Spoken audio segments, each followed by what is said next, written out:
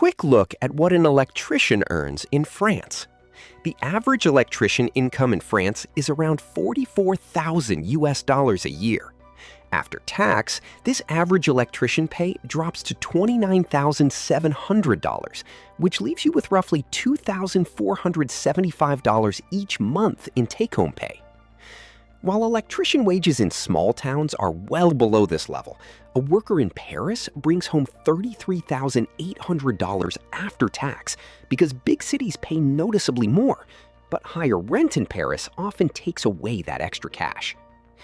On top of location differences, beginners start below the average electrician salary in France and see their electrician income go up quickly early on, though pay eventually plateaus unless you move into supervision. You usually need a local vocational qualification to work, and having this education helps you step up into higher paying roles like site supervisor or master technician. International companies also pay much more than small local firms, so choosing a larger employer adds up to a substantially higher income.